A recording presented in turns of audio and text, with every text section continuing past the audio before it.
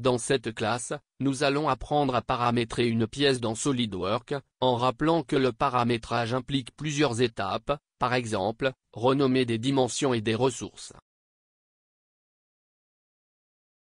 Dans cette classe, nous allons utiliser un fichier de pièces prédéfini disponible pour le téléchargement, où nous avons créé un esquisse et l'objectif est de modéliser une poulie paramétrée.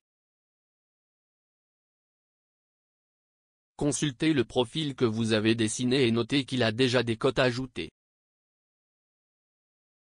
Notez également les références utilisées. L'esquisse est dimensionnée de manière à ce qu'elle soit symétrique, et des fonctions de référence de symétrie ont également été utilisées. Maintenant, renommez quelques dimensions supplémentaires, mais avant cela, puisque le croquis est trop pollué visuellement, cachons les indications des références. Pour cela, dans le menu Affichage, Masquer affiché, nous décochons l'option Relation d'esquisse, puis nous avons une zone graphique plus propre pour continuer la modélisation.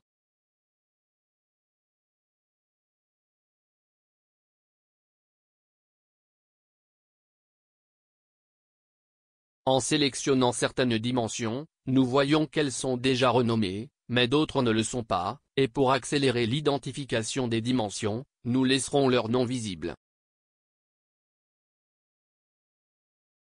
Nous accédons au menu Affichage, Masquer affiché et vérifions l'option Afficher.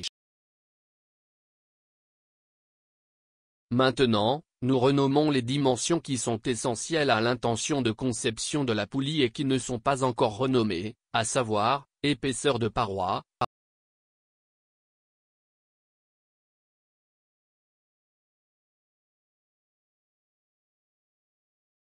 épaisseur supérieure, épaisseur de canal et profondeur de canal.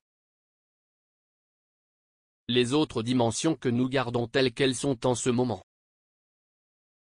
Avec le jeu d'esquisse, nous utilisons la fonction de révolution et nous avons créé la poulie.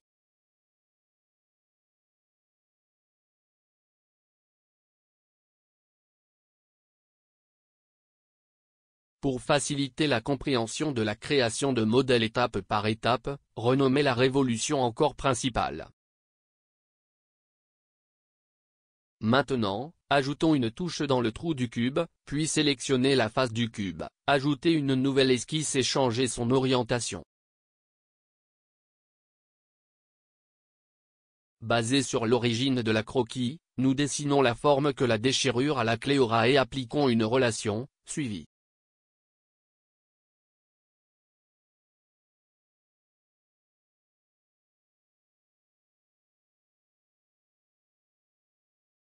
Ensuite, nous citons la largeur de la clé.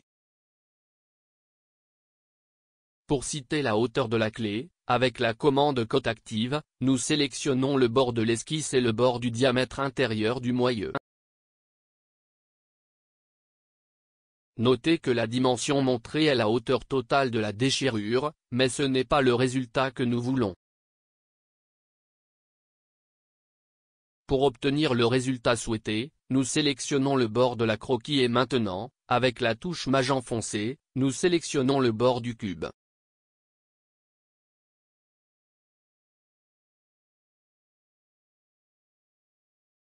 Nous renommons la dimension largeur.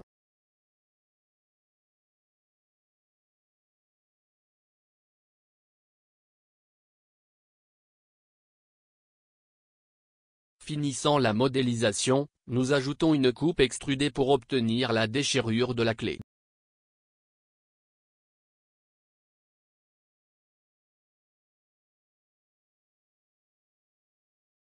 Nous avons changé le nom de la ressource en Chavta.